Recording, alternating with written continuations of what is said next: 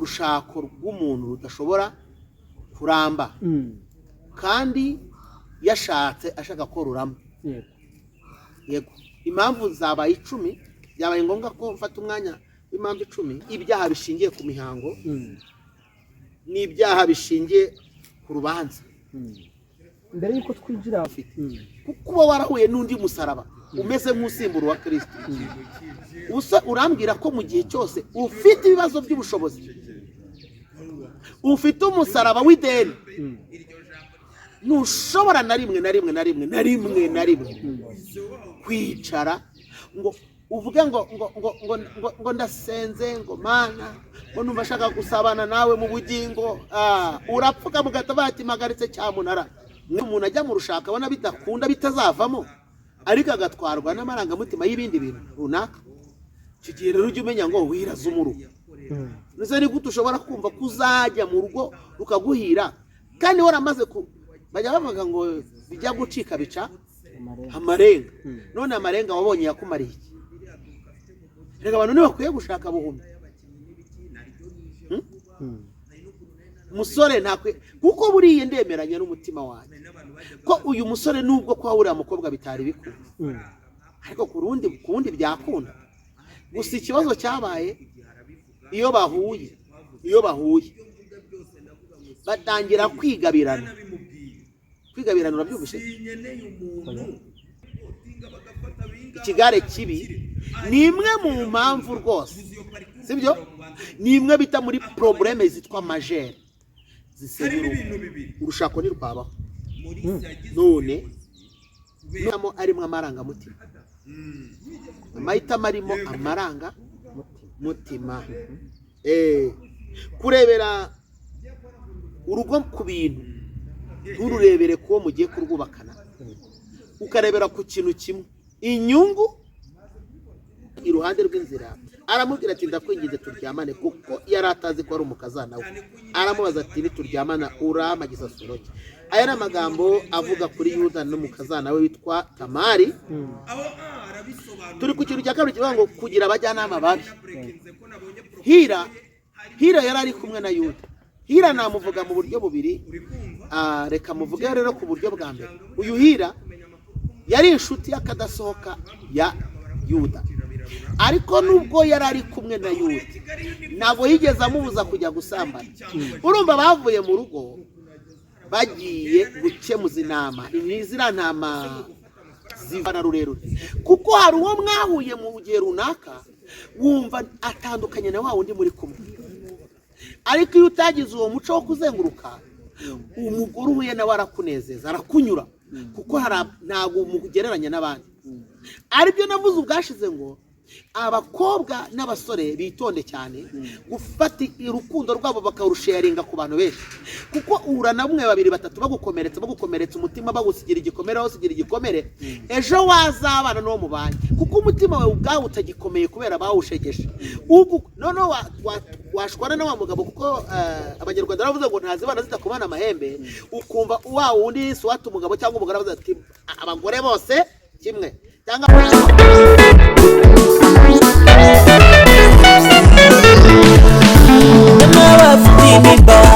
ibibazo bigoye byo ngaho nimutuze, dore umukiza araje.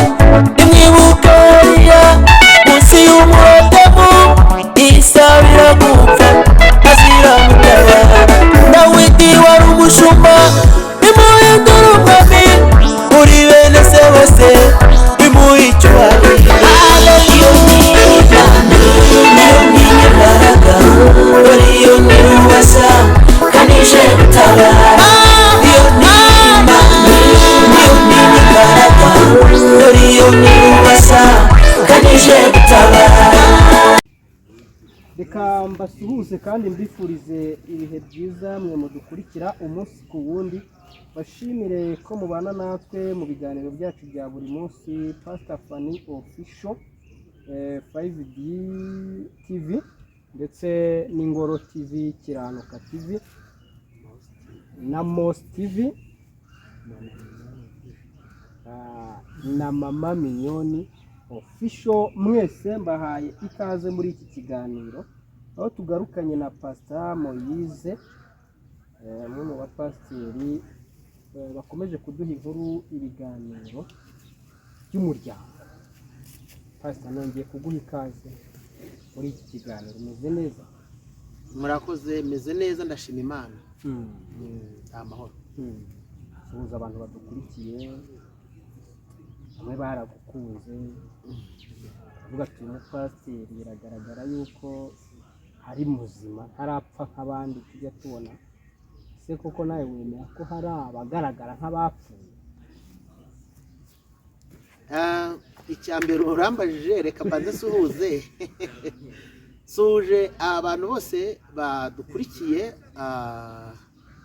muri ibyo bice bitandukanye no muri izo mbuga zitandukanye ndetse no kuri ibyo bitangazamakuru bitandukanye, mbabwira ngo umwami wacu abagirire neza, kandi mbabwira ngo aho uri Imana ikwiteho, ngo uhumurize nkubwire ngo ahari kurira kwararira umuntu nijoro, ariko bwacya mu gitondo impundu zikavuga. Ntiwihebe, ntucike intege, ubwo Yesu akiri ku ngoma uracyafite amahirwe. Ikimenyetso cy'uko ugifite amahirwe ni uko ugihumeka. Iyo Imana ikuvugaho iranakurinda. Mbone rero kukubwira ngo ntiwihebe bitewe na situasiyo urimo, ngo bigutere kujya kure y'Imana. Imana iracyari mu kazi kandi kawe. Ikindi waruvuze ati nawe urabyemeza yuko hari abantu bapfuye, abapasiteri bagaragara abakozi b'Imana bagaragara nk'abariho kandi barapfuye. Iyo urupfu ruriho n'abapfa baba bariho. Igihe urupfu ruzaba rutariho n'abapfa bazaba batapfa. Ariko igihe hari ibyica abantu kandi n'abantu bahari, gupfa birashoboka. Rero icyo ni igisubizo nguhaye. Nubwo tutakwishimira urwo rupfu, ko ni ibituma umurimo w'Imana ujyaho igitutsi, ariko iyo byabaye ntabwo tubijugunya hariya, ahubwo dusenga tubwira Imana ngo na biriya turabikweretse kugira ngo ubihindure, kandi ibyo ukwiye gukosora ubidukosorere. Nigeze kubona umuntu ari kuma agakomanteri, mbona icyo yabonye ariko mbona atabonye icyo navuze. Nari nafashe akaririmbo karirimba indirimbo zo hanze hano, kamwe muri izo ndirimbo ngashyiraho, ariko nge ngakomantaho ku cyo nshaka, ngaragaza uburyo abantu baba muri ubwo buzima bateshwa agaciro nabwo, kandi bakazisama bamaze gusandara, bamaze gutakaza credibility, personality cyangwa se credibility. Abantu sinzi ukuntu bari buze kubyumva, ariko wamaze gutakaza ubuzima bwawe ukisama wasandaye. Ndavuga ni rero komeza ubigendemo, ariko ushatse wagarukira hafi, ko ukomeza kubigenda uzisama ari umuryango wakwanze, yewe n'abantu isi n'abantu bamaze kubona ko wabaye rubebe. Ariko we ntiyahise abibona, yanyandikiye akandi, ariko mushimira ko nabyo yabibonye. Yes, so tugarutse rero kubera ko ntabwo umuryango twawureka, kuko itorero ubwaryo ni umuryango, igihugu kigizwe n'umuryango, ubuzima bw'umuryango nyine ni uko umuryango uba uriho. Tutavuze ku muryango twaba twirengagije n'ubugingo. Yego, uyu munsi tugiye kugaruka kuri patisserie y'ikiganiro cyacu. Patisserie ushize twaganiriye kuri divorce, yego, n'ingaruka, n'ubundi tugaruka dusa nkaho twongera kubitsindagira, kuko abantu bari bavuze ngo n'abadivorce nabo ni abantu bashaka no kugaragaza ko gutandukana k'umuryango hari aho Bibiliya ibyemera. N'ubundi tugaruka udufasha nk'umupasiteri, n'ubundi wemeza ko divorce itari mu kintu cyaturutse ku Mana. Uyu munsi wa none rero muri pariti ya gatatu tugarutse kuri za mpamvu 9 ariko zabyaye impamvu 10, yego, mu gitera isenyuka ry'umuryango, gituma urushako rutaramba. Yego, ariko nagira ngo mbere yuko kuko nge ndashaka kuvuga icyo bita muri uwo murongo ntabwo twabanza kwiyegereza Imana cyangwa kubwira Imana ngo itwegere. Yego, cyane ko ngiye kuganira na pasitoro, tugiye kuganira neza imbuga nkoranyambaga z'abakozi b'Imana n'ubundi bagenzi bacu. yego, ari Pastor Fanny Official, ni ya mugenzi wacu w'umupasiteri umudamu, hakaza Mama Minyoni, hakaza Mos TV, hakaza Ingoro, zose urumva ni ama YouTube channel ari mu muryango w'ibigendanye n'iyobokamana, mu gisata cy'iyobokamana. Yego, twabanza ukadushyira imbere y'Imana ukadusengera. Ibi bintu turimo biramutse bitari bukiza ubugingo, kwerega buriya ubugingo abantu bazi ko bushobora kubaho gusa ngo umuntu yasenze, ariko ubugingo bugira ibintu byinshi byabusenya bikagira n'ibintu byinshi byabwubaka. Ntushobora na rimwe gutunga ubugingo buzima mu gihe ufite ibintu rimwe na rimwe bikudistabinga mu buzima bwa buri munsi iteka. Nigeze mbwira abantu ngo bareke dusenga amasengesho yo kwikuraho imisaraba itari uwa Kristo, kuko nk'urugero ufite umusaraba w'urugo rwabaye umusaraba, usugira ngo iyo ukubise ivi hasi wibuka gusenga ngo Kristo turi inshuti, uhita uvuga ati Mana nkweretse rwa rugo. Umwanya wo gusengera umusaraba wa Kristo no kuwuheka ngo Mana ngo ni wowe nahisemo ndakwemera, uwo ntabwo uba ukiwuha izina rya Yesu, uwo musaraba ntabwo uri butume. Rero turifuza ko dusenga Imana ikatuyobora, ariko hakaba n'uburyo ki Imana igenda yurura iyo misaraba kugira ngo ubugingo bube buzima. Intumbero dufite ya mbere ni uko umuntu w'Imana atunga ubugingo buzima, abaho mu buzima butunze, ubuzima bw'umwuka buzima. Muri make ijuru rimwegere, riturishe umutima we, rimukoreho ikintu bita umutima uhagaze. Haleluya. Reka dusengerera. Mana, turagushimiye kandi turaguhimbaje, duhaye umugisha mwiza wo kongera kuganira n'abakunzi bawe Kristo. Dusenze cyane twinginga Mana yera ngo umuntu wese ugiye kudukurikirana muri uyu mwanya w'ikiganiro, muri uyu mwanya w'ijambo ryawe, umuhembure, umwubake kandi agire aho ava n'ahandi agera. Dukubise hasi bitavuga Imana, twimiye Satani n'ingabo ze, dukingiranya amajwi y'abadayimoni, dufunguriye amarembo y'ijuru ngo yinjire muri twe. Ibihe bishya, kubakika, kugwiza imbaraga, gukomera, kubaka imiryango, guhembura abari barashenyutse, gukiza no gusana imitima, komora ibikomere, kuvura abantu bari barwaye, guhindura amateka. Byose nibyo tugusabye kugira ngo biboneke muri iki kiganiro, tubyinginze gutyo kugira ngo ukorane natwe iby'ubutwari muri iki gihe gisa n'iki, mu izina rya Yesu, amen. Amen. Imana ishimwe kandi ihabwe icyubahiro. Amen. Mbere ya byose, abantu badukurikiye by'umwihariko abubatse ingo, Yego, hari umuntu wumva umuryango ariko ntabashe gusobanukirwa ngo definisiyo y'umuryango ni iki. Mbere y'uko twinjira kuri izi mpamvu zose, ubundi umuryango ni iki, wabasha kubanza gusobanura umuntu udukurikiye umuryango icyo ari cyo? Kuko hari nkanjye nshobora kumva umuryango nkabanza kumva ko ari uwo nkomokamo, uwa data na mama na bashiki banjye, haba ari byo mbanza kumva ko ari wo muryango. Hari undi ufite uburyo ashobora kumvamo umuryango. Umuryango ni iki? umuryango, iyo bavuze umuryango baba bavuze mama na papa n'abana, egara umuryango. Famiye ni ukuvuga ngo ni umugore, umugabo, abana. Hari naho baba batarabona abana ariko baba bategereje, kuko nta muntu n'umwe ushobora kubana n'umugore we cyangwa n'uwo bashakanye adategereje ko bazabyarana. Nubwo hari ababyiyemeza, ariko mu mibare no mu mico nyarwanda, ari nayo mpamvu nakubwiye ngo turaza kuganira ku bintu byitwa ibyaha bishingiye ku mihango. Ibyaha bishingiye ku mihango ni nibi tugiye kuvuga byitwa divorce. Ubundi hari ibyaha bishingiye ku rubanza. ibyaha bishingiye ku rubanza ni igihe wakoze ibintu bibabaze kuba warababaje Imana mu ngeso n'ibindi, ariko ibyaha bishingiye ku mihango ni ibingibi.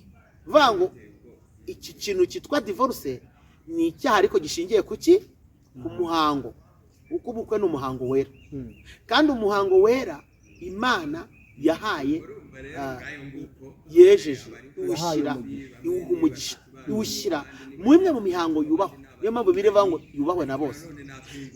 Aha hantu abantu ntibahita babyumva cyane, ariko bazasome mu Abaroma igice cya mbere umurongo wa 11 no muri Ezekiyeli 14:18 bazahita babona icyo tuvuga. Aho hantu ntabwo twabanza tukagenda tuhasubira abantu cyane, ko hari igihe usanga abantu badafite umwanya wo kuba bajya kureba imirongo. Ntabwo turi bugeyo nonaha, kuko impamvu dufite ahandi turi buze kuvuga harenze hamwe, kandi turifuza ko tuza kwantama cyangwa se tukinjira mu ntego nyamukuru tutayiciye ku ruhande. Nari ngiye kuvuga ibintu bibiri abantu baza kurebaho. Nk'ubu tuvugana abantu iyo bari kuvuga ngo no mu mahanga biraba ibintu bya divorce, bakotinga cyangwa se bagendera ku biri kuba mu mahanga ya kure. Urugero kareba wenda kadufate nk'urugero rw'Ubufaransa. Uvuga ngo ikigero u Rwanda ruriho none cya divorce tugeze kuri 4/10. 4 kuri kangahe? 4/10. Uvuga ngo 4/10 ntabwo ari ahantu hafi, ariko icyo ni ikigero mu Bufaransa bari bariho mu 1885. Bo niho bari. Urumva rero nuza gufata ya mico cyangwa ya vitesi fati n'abarabo mu mahanga babana gutya, ugashaka ko nawe uri bubane ahubwo reba standari y'Abafaransa mu 1885 divorce yabo yari ubu divorce, urwego rwa divorce turiho rurasa n'urwabo muri icyo gihe, sibyo? Muri iyo myaka genda niba ushaka kugira ngo ube muri uwo mwuka, usibye ko ngiye tari wondi gushaka shaka abantu bamenya kurwanya uyu mwuka, kugira ngo n'imiryango nyarwanda cyangwa umuryango nyarwanda ugira ubuzima. N'ubushaka rero kugira ngo cyangwa winjiye muri icyo gihe, kugira ngo nibura bize kugufasha no kuba muri uwo mwanya uze no kugira aho garukira, banza urebe ngo divorce yabo icyo gihe yari iri mu yahe mahame, yemeraga ibiki gahakana ibiki. Naho nufatira ku bya none ngo barabisezerana ngo bagatandukana ngo n'abana ngo bakabigira gutya, buri wese ukabivuga, uri kugendera kuri standard ya none, ariko ntabwo uzi pourcentage bariho. Kandi wowe pourcentage uriho yabo niyo muri 1885. Biravuze ngo uri kwirefera ku byabo bya 2025, nyamara twebwe 2024 bari turi kuri 4/10, bo bari bariho icyo gihe. Biravuze ngo twari twaragiriwe amahirwe Imana yari yaraduhishiriye, kuko muri icyo gihe nekeza ko mu Rwanda bijyanye no gutandukana byari biri ku kigero cyo hasi cyane cyane cyane cyane, hafi ya 0. Niyo mpamvu ndi kukubwira ngo birakwiriye cyane abantu bamenye ibyo turimo, bamenya ibyo turimo, kandi bakamenya ko tutahagurutse kubera indi mpamvu. Ni nayo mpamvu nta zina ry'umuntu tumeshoninga, ahubwo tuvuga ibiri kuba, tukagira ngo umuntu wese bibayeho cyangwa ubirimo amenye uko yiga, nibiba ngombwa, niba koko yemera ko urugo ari umushinga w'Imana, yarakwiye kwegera abantu b'Imana. Yego, sinzi niba yarageje gusobanura, ariko impamvu navuze ngo ntuwasome, wenda niba ngombwa turaza kuhasoma, ariko nibura twatame za ngingo tugende dusanga za ngingo. Ingingo 10 rero, cyangwa se impamvu 10 zituma urugo rutabaho. Ingingo ya mbere yitwa amahita y'ibyo ushaka kuganya, ibyo ushaka kwakira, ariko nturebe ku ngaruka bishobora kubyarwa n'urushako washatse. Yes, bibaho. Ndetse iyo umuntu arebye inzu, ukareba imodoka, ukareba amashuri, abantu bose bafite amashuri niko bakura urugo se? Abafite amazu n'amafaranga niko bubaka ingo se? Abashepinze neza bafite igihagararo niko bubaka ingo se? Abakobwa b'uburanga nibo bubaka ingo se?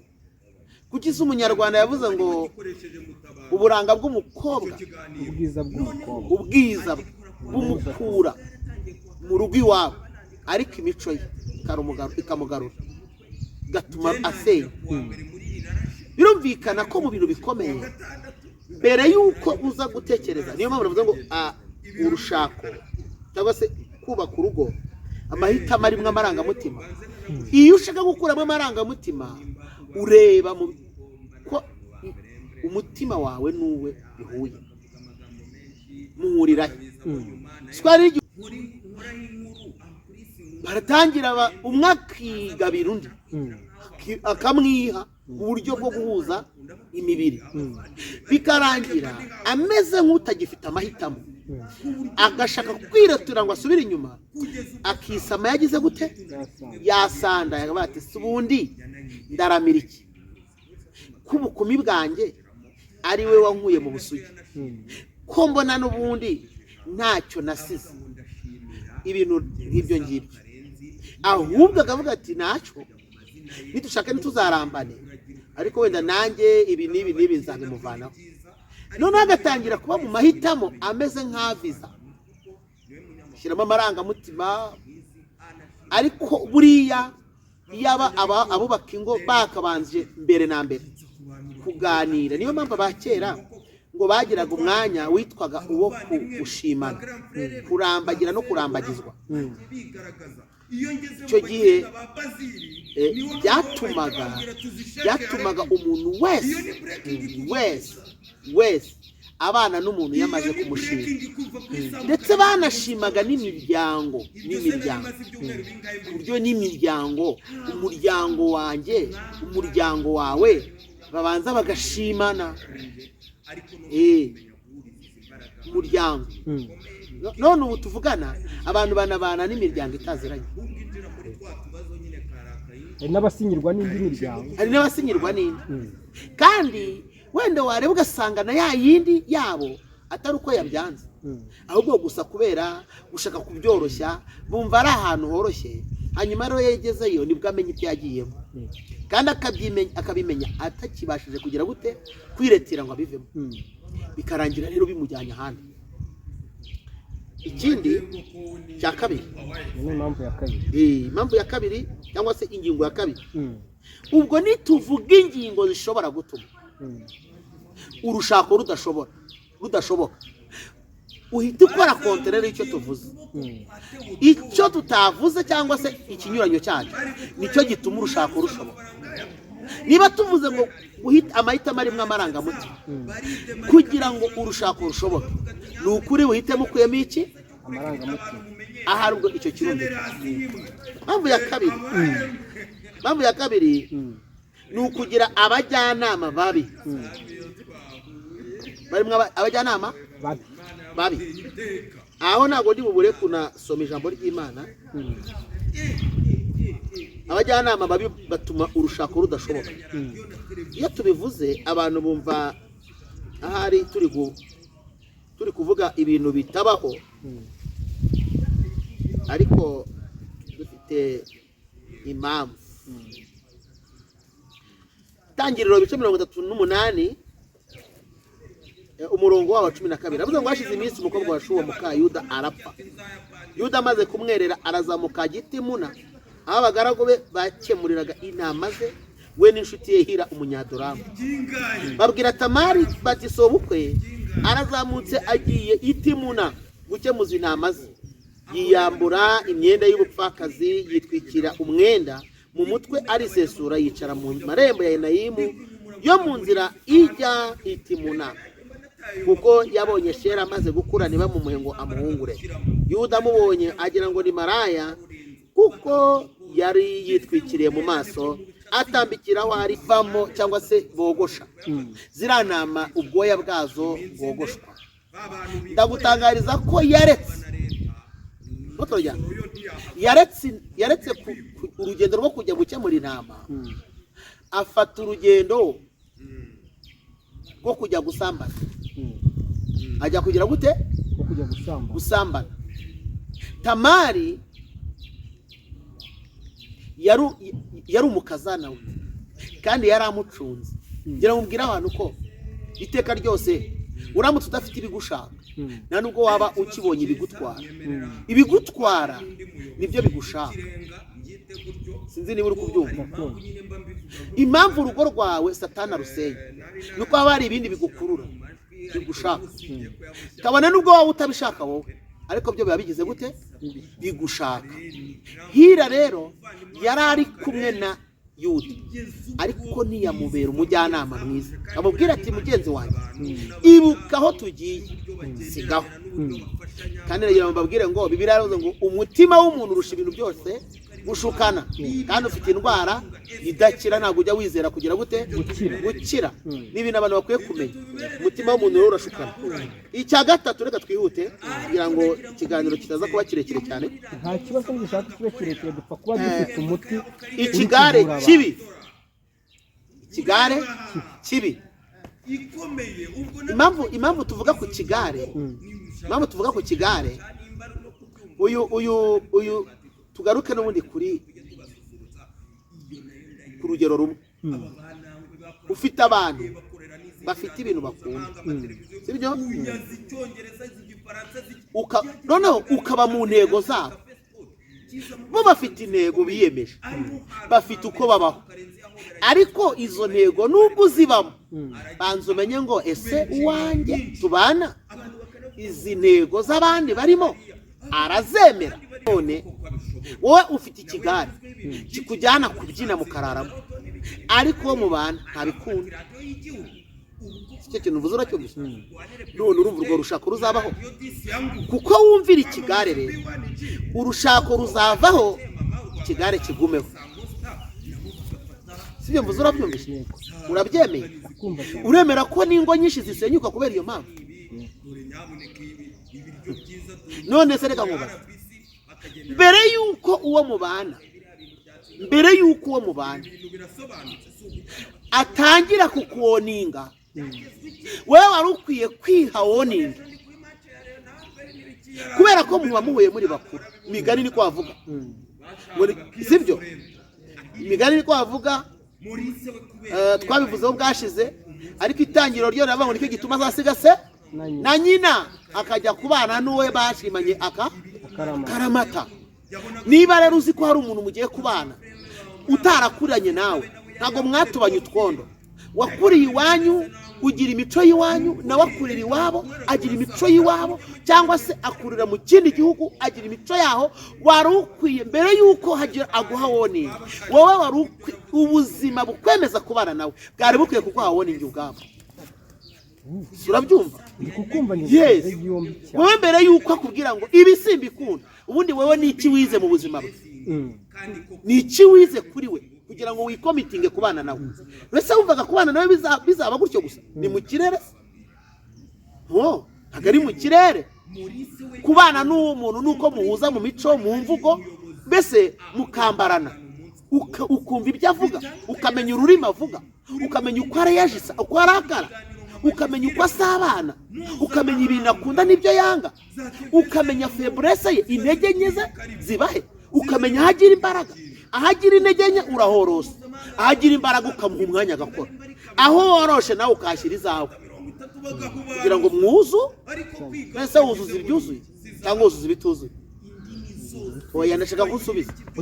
Wuzuza ibituzuye. None se afite imbaraga, urumva hatuzuye nyine? Mbese uruzuza aho afite imbaraga cyangwa uruzuza atazifite? Hanyuma niba atuzuye ahantu, niho wowe ugomba kuzuza. Ko Bibiliya ivuga ngo ni ukugira gute? Ubwuzuzanye. Na leta ivuga ko ari ubwuzuzanye, nubwo nyine ho yongeraho n'uburinganire. Ibyo nge sindi byinjiremo kuko ntago ari cyo kiganiro turimo. Tuzakivugaho undi munsi mu mwanya wacu. Ushobora kuzaza ari part 6. Aho izazira izadusanga. Tupfa kuba turi mu nyungu z'Imana. Yaza ari part what? I don't care. Icyo nkeneye nuko abantu bumva ibyo turi kuvuga none, kandi bakamenya ko ari ku nyungu zo kugira ngo abantu batunge ubugingo buzima. Kuko umutima ubabaye umutima ngo uhagaze ujugunya rwose amahoro yawe. Ntushobora gutunga amahoro mu gihe umutima uhagaze. Never I telling you. Icyo ni ukuri kw'ijambo ry'Imana. Umutima uhagaze ujugunya rwose amahoro. Imana idufashe. Noneho iki kintu abantu bacyumbe cyane, igihe cyose utaramenya aho uwo mubana afite icyuho, ahantu afite akennye, ahantu hari faiblesse, ngo abe ariho wuzuza, muramugongana muhora mugira gute? Mugongana. Mbe nk'uguha nk'urugero, uzuva abantu bari gushwana ngo bino bintu ibi aba atari ko jewe aturibuka ko jewe naje umugabo ngasanga hari ibintu atashoboye, cyangwa ati nasanze umugore hari ibintu adashoboye, ariko ko wari uzi ko muri wowe atabishoboye, ariko impamvu bigaya nuko wari ufite solution. Kuko ikintu kigaye utagira n'igisubizo cyacyo, waba uri umunyantege nyuma y'abandi. Byo mvuza nibyo, uramutse ugaye ikintu ariko udafite n'igisubizo cyacyo, waba uri umunyantege nke uruta abandi. Kuko impamvu ugaye ikintu nuko ufite igisubizo, icyo bita best answer, cyangwa se la meilleure solution, a good solution. Ugomba gushyiramo igisubizo kiri better than icyari gihari. Nibwo nemeranya nawe yuko ibyo wagaye wabigaye ukuri. Ariko mu gihe unenga ibintu udafite ibibisimbura, uri umunyantege nke, ahubwo wowe urasebanya, babyita gusebanya. Hanyuma icya kane, kubakira ku kinyoma. Kubakira kuki? Bisenya urugo. Imwe mu mpamvu ikomeye ishobora gutuma urugo rw'umuntu rutaramba ni ukuba wararwubakiye kuki? Ku kinyoma. Umuntu muzabana iteka ntabwo ubundi umubeshya, umubwira uko wabaye. Aho ngaho kubakira ku kinyoma haba harimo no kwibwirana, ukabwira umuntu urugendo wagenze. Aho umubwiranamo gukomereka, ukamubwira inzobo waguyemo, ibyagukubise, ibyakwangirijeyo, ukumeze. Urabwira umuntu yuko uri isugi kandi ubizi ko hari abandi basore mwahuye, none se nimuhura ntazabimenya. Urabwira umuntu ko uri umusore ngo utikoraho ufite amafaranga kandi ubizi neza ko utagira n'urupfumuye, none se nimuhura ntazabibona kuri nta kintu, none se icyo kinyoma uzagisiva gute? Urabwira umuntu yuko uri umusore w'imanzi utigeze uhura n'umukobwa, mwahura akagira ngo uri umukinnyi wa porono, ukina za filime z'ubusambanyi, hanyuma azavuga ko se wabyigiye.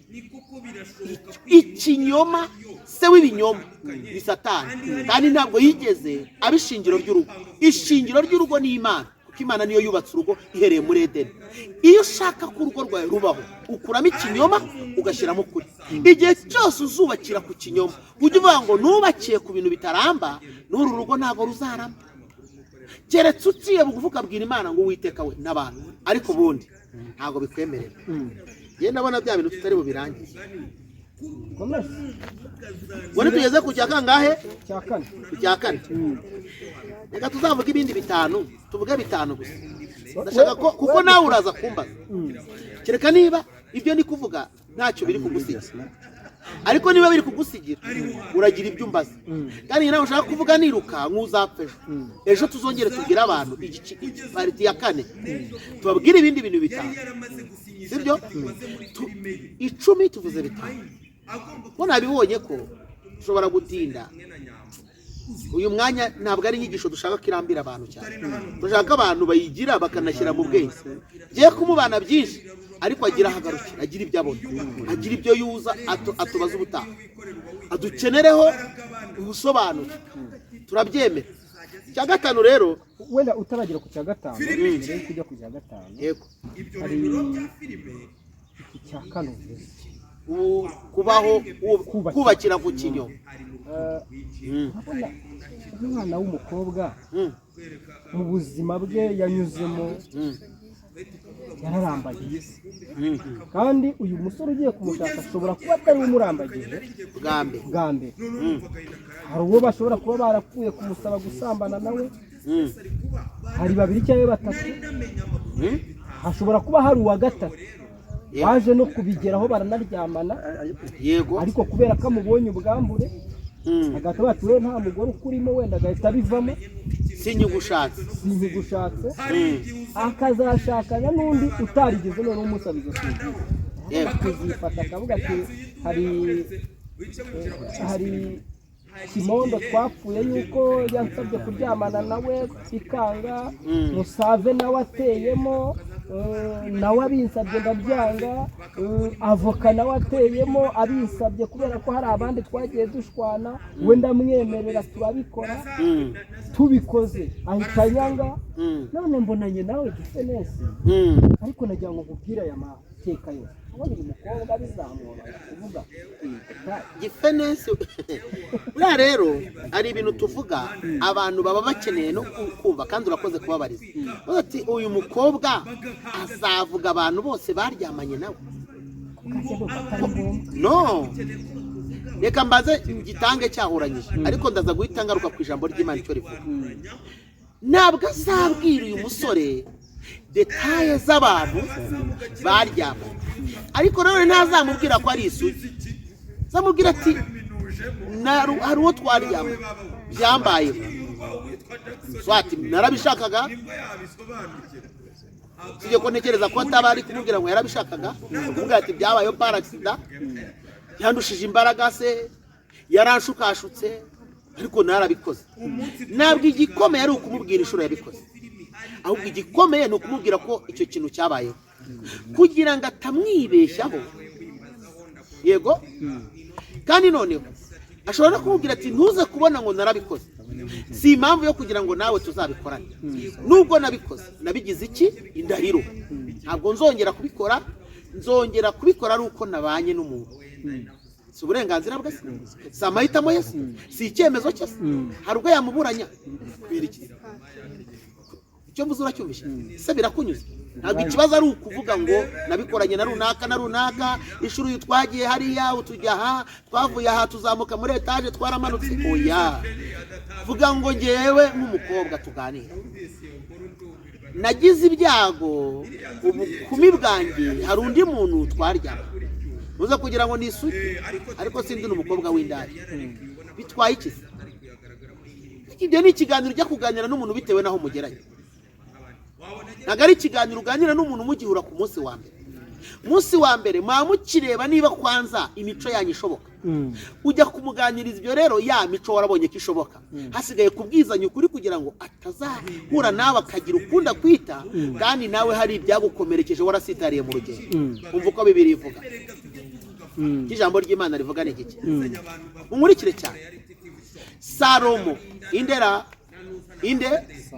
Salomo nyina umubyara kurikirane cyane turebane nyina umubyara witwa Betisheba Salomo ngo yimye ingoma ari umwana nkurikire cyane niyo mpamvu tubwira abantu ngo abantu barinda ubukumi bwabo abantu barinda ubusore bwabo aramubwira ati Salomo mwana wanjye mu bintu nkubujije nk'umubyeyi ukubyara ntuzigere wemera ko umuntu w'umukobwa akubona intege mu ntege zawe ntakahabona ntakagira ukurunguruka iyo yari indahiro nyina witwa Betisheba agize gute yaramurahije reka nkubwire ko Salomo umunsi yayitatiye agashaka abagore 1,000 ari nacyo cyamwishe kikamukura mu bwiza bw'Imana nshatse kukubwira ngo iki igihe cyose turi kuvuga aya magambo ukayirenza buriya twe tuba dutanga impanuro nk'umushumba yenda umushumba kabiri ndi umubyeyi mfite abana n'umuryango iyo mbivuga nkabivuga rimwe nkabivuga kabiri nyobowe n'umwuka w'Imana nkanagusengera mba nkubwiye ngo ibyagiye byaragiye ariko Bibiliya ivuga ngo iki iravuga ngo nugaruka nzakugarura kandi nukuri bishimwa mu bigaho uzaba nk'akanwa k'Uwiteka ikindi cya kabiri Imana yemera ko ibya kera birangira bya kera mu byibagirwa ngiye gukora ikintu gishya n'icyaduka muzakimenya nzaharura inzira nzagira gute nzaza nuvuga ngo ibintu bya kera iyo situation yibagirwe tandukana nayo menya ko nyine wayikomerekeyemo unayanduriramo uyigiramo ibibazo ariko ibuka ko nubwo yakubayeho ko nanone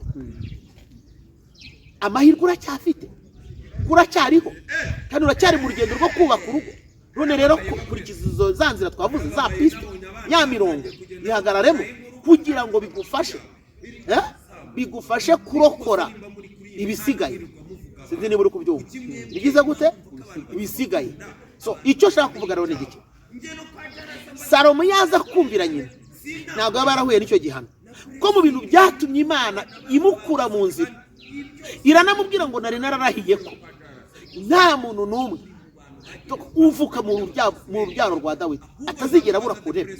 Irabata ariko ndabirahiye ntabwo ariko bizagenda, noneho ndabirahiye ndabihinduye, icyo akora ntabwo bizakubaho kuko narahiye so, bizaba ku mwana wawe. Umwana we witwa nde? Rehobowamu. Rehobowamu yagabanye ubuyobozi nande? Na Yerobowamu. Yerobowamu nde? Mwene Nebati wari iki? Umugaragu w'iwabo. Ingoma yikura iwabo nk'uko yayikuye mu maboko ya Sawuli. Ingoma Imana yayikuye mu maboko ya Sawuli iyigabira Dawidi wari umugaragu. Dawidi se ntiyari umugaragu wo kwa Sawuli? Ntiyari umusirikari waho? Ntiyari umugaragu waho? Ntiyabaye umukwe wa Sawuli nyuma? Hanyuma ingoma Imana niyayikuye mu maboko ya Sawuli ikayishyira mu maboko y'umugaragu. Ingoma se yo kwa Salomo ntiyavuye mu maboko ye, imiryango 10 yose y'Abisirayeli ikava mu maboko ye ikajya mu maboko yande ya Yerobowamu mwene Nebati, umwana w'Iseruya, nyina w'Isereda, nyina witwaga Seruya. Urabyibutse neza? Ibi ni ibintu abantu batajya bamenya cyane, ariko icyo bivuga cyo bigira gute, cyo bivuga hari uyu musore nawe muri iki gihe abasore benshi bafite ingo yabo cyangwa izina ryabo bihariye yuko nta musore w'imanzi bitewe n'uduco twaho bize, abo biganye, mico yaho bize, abo biganye, ibintu byinshi bigiye bitandukanye, ku buryo kubona noneho urwego bigezeho byo kubona umusore w'imyaka 20-25 ugasanga yibereye mu ngutiya z'umukecuru, kuba aruta nyina cyangwa se angana na nyina cyangwa wenda ari munsi y'imyaka ya mama we, ariko ukaba wabona ko ari umuntu ukuze. Yego, ugahita wibaza uyu musore we bizamworohera gute kubwira fiyanse w'ukuri bagiye kubana akaramata yuko yisanze mu ngutiya z'umubyeyi umubyara. ariko nta kigusubije, ndasubizaho kuri pariti A, ndasubiza kuri A. Nubwo y'umukobwa ariko umusore ntagasiraje. Umusore kuri icyo ngiye gusubiza cya mbere ni icyanyuma. Ntabwo azavuga ko yagiye mu ngutiya z'umudamu cyangwa se z'umugore, azavuga ko nawe atari imanzi, kuko biranengetse no mu maso y'abantu ntibyumvikana ukuntu umuntu w'umusore ajya kuzerera mu bagore. Wabyumvishije? Ariko yarakwiye kumubwiza ukuri nyine ko atari iki, ari imanzi. Kabiri rero, impamvu tukunda kubwira abantu ngo bagabanye umwuka w'ubusambanyi, haba abakobwa cyangwa abasore, iyo ashatse umugore umwe aramushaka kuko yazengurutse mu bagore benshi, bikarangira asanze wa wundi hari undi babonanye umurusha ibyishimo, umushimisha kuruta wa wundi ari kumwe nawe kandi baramaze gusezerana iki, akaramata. Bikarangira kwifata no kuguma mu murongo wo kugumana wa mugore bitashoboka. Kubera iki? Ahora afite akantu ko agatima karehareha. Bayavuga ngo abanyweye itabi ngo barahorana agatima karehareha, simbizi aryo nanyone. Agahorana agatima karehareha, niyo mpamvu areba umugore cyangwa umukobwa agakenera kureba icyo yambariyeho, kubera ko ashaka umuntu umeze nka wa wundi yahuye nawe, kandi kuko umugore afite ntago ameze nka wa wundi. Muri make nta munyura. Kubera iki rero? Iyo rero ugize uruzerero rwo mu bagore cyangwa se mu ngeso mbi, birangira ugize ikibazo. Kandi ujye wibuka ko Bibiliya ivuga ngo uko wagenje niko uzagenzwa. Hari igihe ubikora bikarangira icyo kintu kibaye nk'igihano, ugahorana iyo nzara n'inyota idashira, nyota idashira. Wahura na wa mukobwa ugasanga ntameze nka wa wundi, wahura na wa wundi ugasanga ntameze nka wa wundi. Utereka shakire noneho mu bagore, wagera mu bagore nabo ugasanga ntibameze nka wa wundi mwahuye, ukahora uzenguruka uruzeraruka ku bagabo bose kimwe. Impamvu avuga ngo ni kimwe, wa wundi babana ahita yibaza ati arangereranya nande. Wewe afite igisubizo kuko afite abandi babanye nawe bacudikanye, abo bamukomerekeje rero bafite ibikomere bamusigiye ari byo agereranya na wa wundi bari kumwe. Ni nayo mpamvu bya biganiro bikwiye kubaho, mukabwizanya ukuri, ukabwira umuntu ko hari umuntu wagukomerekeje, ko hari umuntu mwagendanye ndetse umutima wawe birangira awukomerekeje, kugira ngo najya ajya kuvugana nawe ajya agira aho agarukira, kubera kurinda umutima wawe kongera kugira gute kuwukomeretsa. Naho nubwira umuntu ngo ndadadiye ndafunze ndewe nduzuye nta kibazo nta wankomerekeje ndera ndi muzima, sawa rero arazana ibisuti n'ibisuture yajombeho kuko azi ko umutima wawe uri muzima, mukanya nabikubitaho waramuhishe bite bivirirana n'ibivirirana byo bwati wambwiye ko akundi. Mu by'ukuri ijambo ryari rikomeye, ahubwo yaribwiye yarakomeretse, afite abandi bagize gute bamukomerekeje. None rero kuko bamukomerekeje hamurebe urarwana n'iki n'ibikomere. Bikomere ni ikindi kintu yanjye se uranyuzwe ndakumva rwose ndanyuzwe aho subije urabyumvishe. Ni ukuvuga ngo rero uyu musore cyangwa uyu mukobwa kwigirira neza kwe harimo no kubwira ngo none se ngo ko abatipe ba none ngo aza ngo akubaza nkakeneye yuko ngo muryamana bagakubwira ko nimutabyemera ngo mutari bugumane. Ese ubundi wubaka kubera wowe ushaka ko ari wowe nawe mwemeranya, cyangwa urashaka ko Imana ibigiramo uruhare? Imana niba ariyo ibirimo nunamuhakanyira ko udashaka ko muryamana, Imana niba ari ibirimo izabyemeza. Ariko nushaka ko ubyiyemereza ubwawe, Imana izakuramo inkunga zayo winjira mu rugo rutari mu Imana. Ni nayo ngingo ya 5 nari ngezeho. Ingingo ya 5 ivuga ngo kubaho udasengera urugo, kubaka urugo rutari mu Imana. Buriya mu rugo hinjiramo ibintu bibiri, hinjiramo Imana cyangwa Satani. Icyo wakinguriye nicyo cinjira iwawe igihe cyose. Ubu rero ngubwira ngo hari abantu bakinguriye Imana, babana n'abantu badashobotse ariko Imana ikabashobora. Sinzi niba unyumvishe. Hari abantu bakinguriye Imana bayigira igicumbi cy'urugo rwabo, kuko umuhanga wo kubaka urugo ni Imana yonyine. Ni nayo yatangije uwo mushinga abantu badahari. Hari abantu rero bayikinguriye barati uru rugo sinarushobora, ni wenda uhaye Imana ibonye ko bayikinguriye irazi rwicaramo. Nyamara mu by'ukuri abo babana nabo ntabwo bashobotse, ariko Imana irabashoboye cyane. Hari igihe ubana n'umuntu adashobotse ariko wone atanakwirwa mu mico n'ingeso zawe, ariko mu Mana akwirwamo. Haba nk'urugero wenda waduha kugira ngo tubanza tuvuge cy'umuntu ndaguha nk'urugero adashobotse ariko Imana ikamushobora. Ushobora usanga nk'umuntu umubanye yari umunyangeso mbi, kubana nawe wenyine ataca ku ruhande bitashoboka, ariko kubera ukuntu wamuhambirije imbaraga z'amasengesho Imana ikamugufatira. Wowe amaboko yawe atabishobora, Imana ikamufata pe. Umunsi yagambiriye ngo muri bushwane kubera ko ari umunyamahane, usanga ubanye n'umuntu ari umunyamahane ari umunyetiko, mwashobora kujya muhora mu Rwanda. Umunsi ari bushwane nawe kubera ukuntu wabiragije Imana, ukajya gusenga ijoro rikamanuka rikamufatisha amaboko utanazi mu buryo bumwe cyangwa ubundi bwose. Yagerageza kwinyagambura agasanga Imana yamufasha. Nzi umuntu w'umugabo yajyaga abwira umugore ati nzagukubita nkurenze urugo, kandi nzagukubita, ndamuzi ni umushuti wanjye nawe azareba iki kiganiro sindi bumuvuge. Bukeye Imana inegeka kumusengesha amasengesho menshi, tuyasenze yuzura umwuka we mwinshi cyane, ya mahane arashira. N'ubu umugore ajya amubwira ati ariko ya mahane runaka yagiye, amubwira ati none se ko Imana yajyanye uragira ngo aboneke? Ariko we mu mibare ye yumvaga azakubita umugore akamurenza iki urugo, akavuga ati nzagukubita na bene wacu niko tumeze nituvugirwamo, singa kumva uvuga singavuge nawe kuvuga. Ariko kuko wa mugore yihase gusenga, Imana yisi igenda ifata wa mugabo imuha umwuka wera mwinshi. Ntabwo uyu mugabo ntabwo amahane yari kwemera yubaka, ariko mu Mana yakwiwemo urugo rurashoboka, bamaze kubyarana gatatu.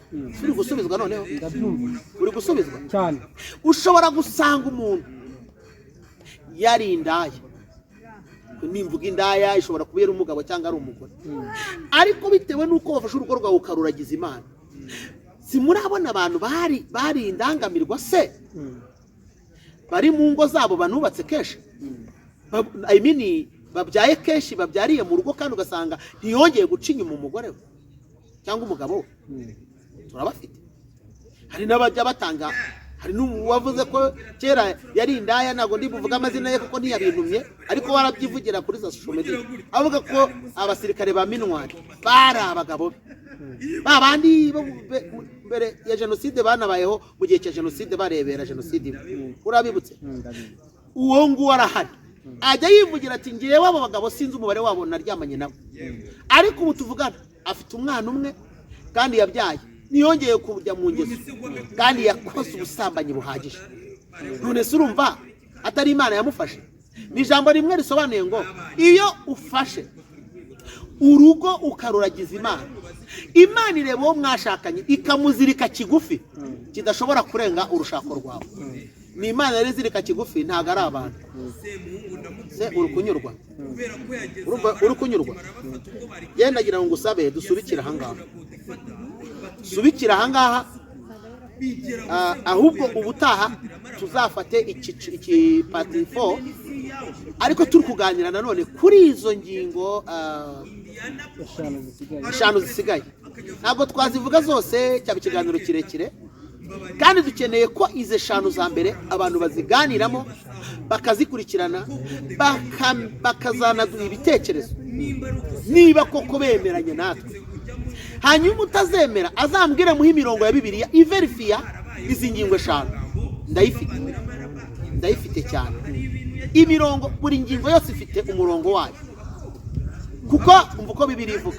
Nk'ahandi bavuga ngo ikigare, Bibiliya bavuga ngo nimuyobe kwifatanya n'ababi, konona ingeso nziza, konona. Uzi ko hari abantu biyononesha abandi, hari abantu biyononesha cyane rwose, umuntu agakonona kandi ibyo yononye atashobora kubisubizaho.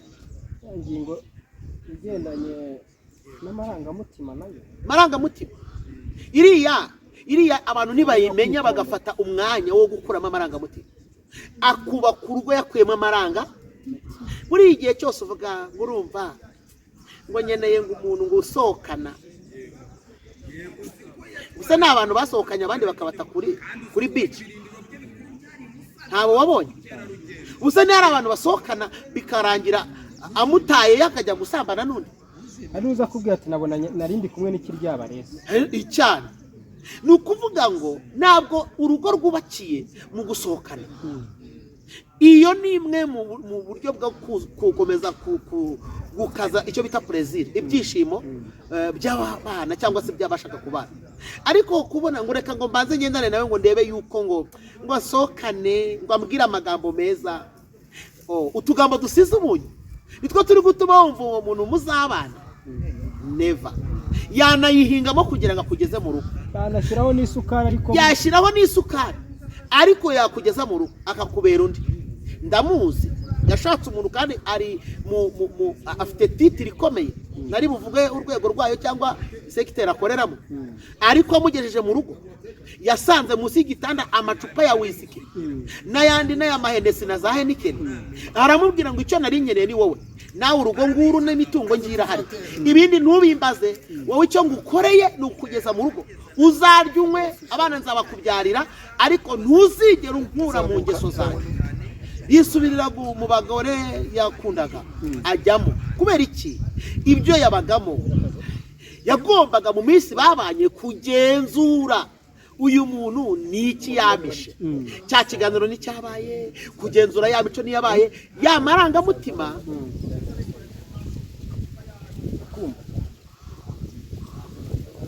Abanyarwanda baravuze ngo iyo isari yasumbye iseseme, yego, uwari umwami arira hataribwa. Amen. Iyo isari yasumbye iseseme. Uwari umwami arira ahatarirwa. Muri make umuntu arya nakata ibyo umuntu ataka kubonyemo. Iyi sari yasumbye iki? Ntabwo urabona isari kisumba iseseme. Umuntu agafata umuhe aba ku gitanda cya metero 2, matora yatumije mu mahanga ngo imuvura n'umugongo n'ibiki, akajya kurarana n'umukozi uciriritse ku kamatora kangana n'ururimi. Umuntu wibera hirya iriya asize rwose igitonore cy'umugore cyangwa se akarorana n'umukozi. Kubera iki? Ntabwo yageze amenya urwego arimo ngo aruhuze n'amarangamutima yakiriye. Yego? Ibyo rero abantu ntibabimenya. Akenshi iyo tubivuga abantu bafite uko babitwara n'uko babijyana, ariko kuri kw'ibyuzuye izo parametere zose z'amarangamutima. Uzi kubona umuntu w'umukobwa, wowe uri umukobwa ukora mu rugo rw'umuntu akagushukisha amafaranga, akakwambura ubukobwa bwawe, ejo akagutera n'inda kandi ubizi neza ko atazagutunga. Ubwo se ukoreye iki? Ayo mafaranga urumva ni amahitamo y'akanya gato. Uhisemo amafaranga ariko watakarije ubukumi. Kumara iki? Katazagutunga.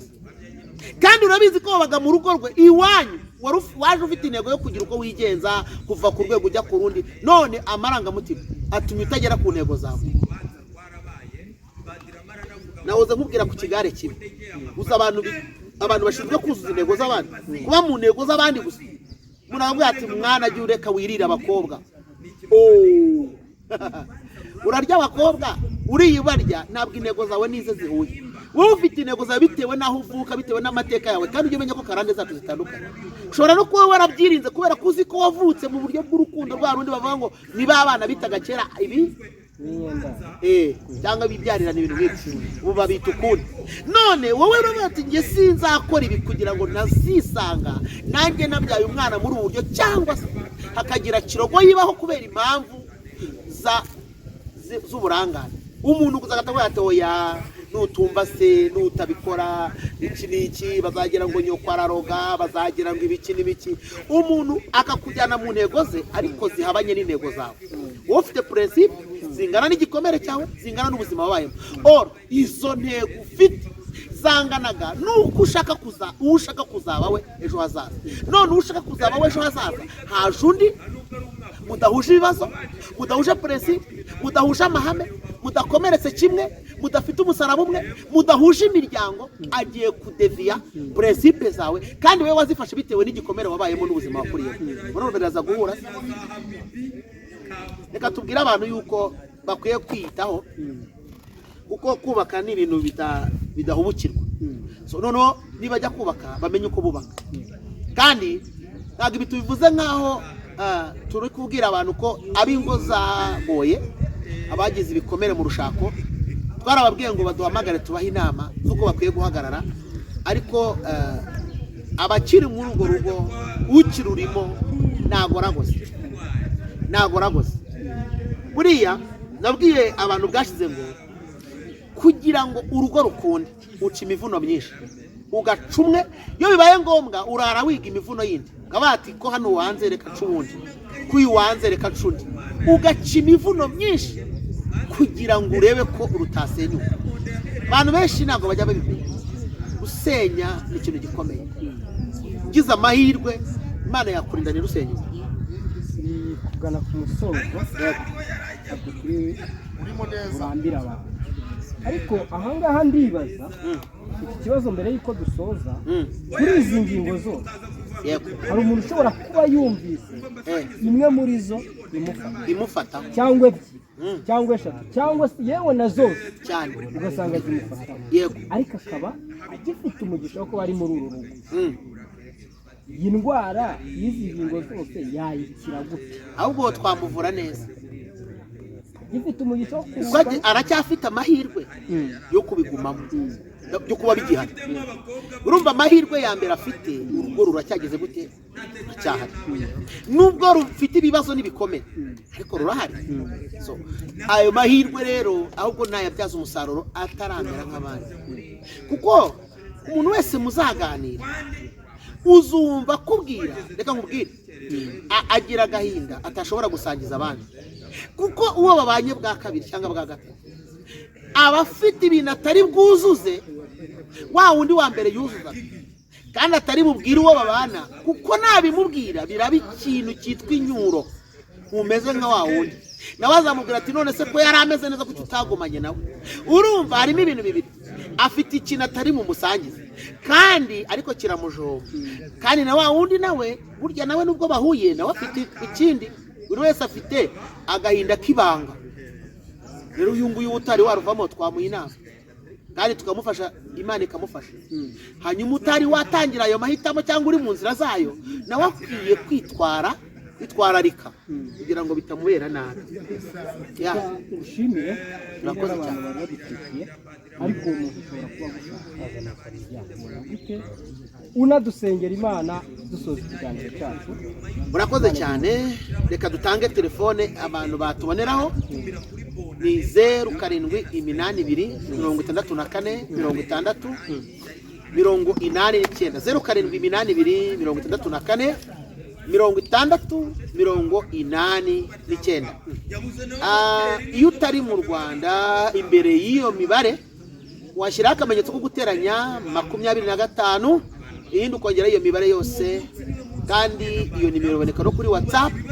Twemera ko mutwandikira, twemera ko mutugisha inama, twemera ko mutusobanuza, twemera yuko tunabasengera. Rero reka dusenge Imana twinginga kugira ngo abo dusengeye, abo turi kuganira nabo, Imana ibagure kandi ibakomeze, bagira intambwe batera mu rwego rwo kubaka umuryango no gukomera, no kugira ngo bagire ibintu barenga n'ibintu bari baragezemo, ariko bikaba byaramaze kuba ikibazo.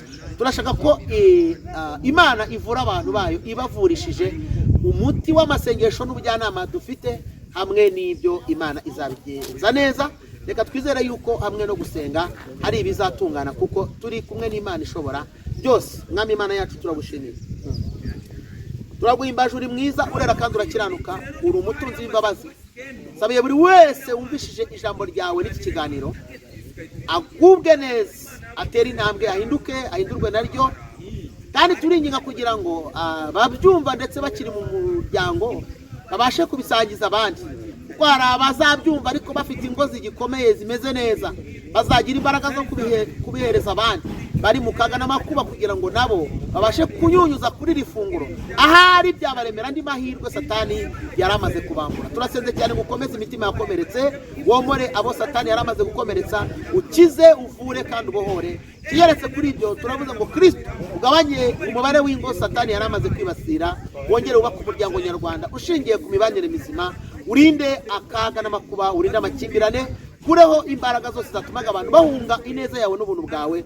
Bibuka ko ari wowe wubaka ingo ukazikomeza, ari wowe mwubatsi w'imiryango, kubw'iyo mpamvu bakomerere mu buntu bwawe kandi biringire amaboko yawe aramira ingo agakomeza imiryango. Urakoze kumva gusenga kandi kubanye natwe muri byose, cyubahiro n'ikibi cyawe none iteka ryose, mu izina rya Yesu, amen. Reka nshimire abantu bari badukurikiye, by'umwihariko buri wese udukurikiye ajye kuri YouTube channel yawe, kuri Mos TV.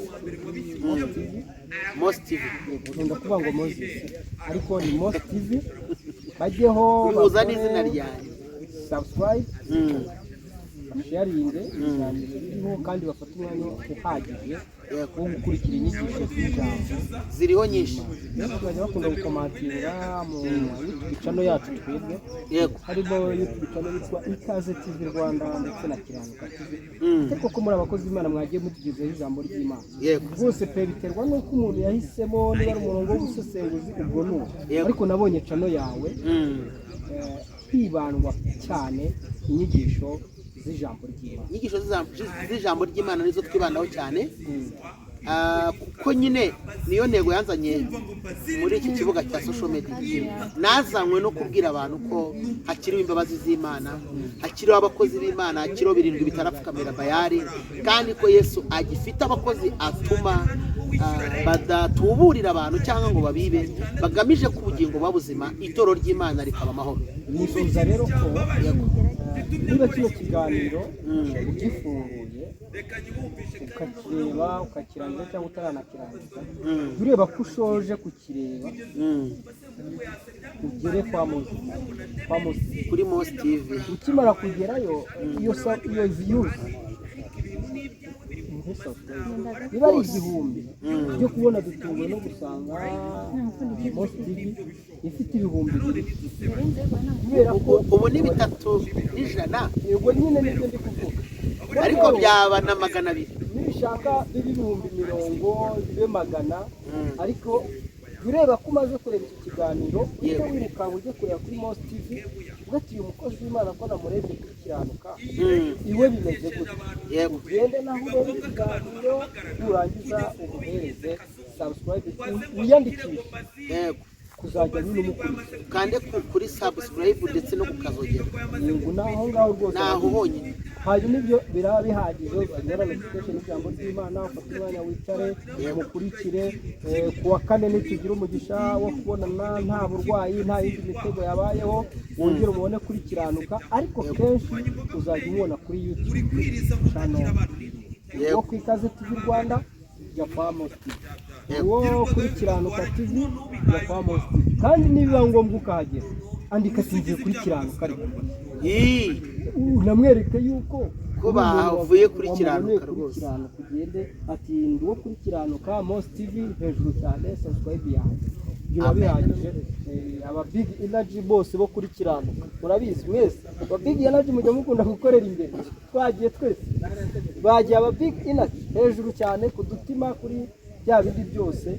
Aho nakwiye kwa Yago mugiye kwa Mosi TV mukore subscribe sharing ikiganiro n'aya macano yose muyazamure mwoka byara nkatumbagira je mu bicuma mami nyona official ingororano ni ingorosani Pastor Fanny rwose mujye musapotinga aba bene data. Ndabashimiye shimiye iki kiganiro episode 4 nimwe mugomba kwandika muri comment mukanatugaragariza ko muyikeneye vuba, nitubona mufite inyota yo kuyikenera vuba mufite amatsiko ushobora no kuzamutera mu rugo.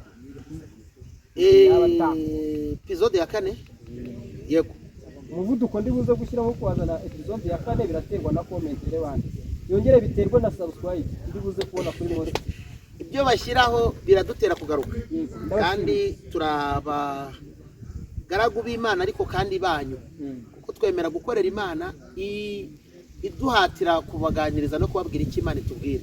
Rero twebwe turabagaragu b'Imana ariko banyu, kuko Bibiliya ikivuga uwemera gukorera Imana bayemera no gukorera abandi. Imana rero duhana umugisha, turabakunda. Shalom shalom. Nanjye ndagushimiye kandi shimye abari badukurikiye ibiganiro byacu nakagaruka.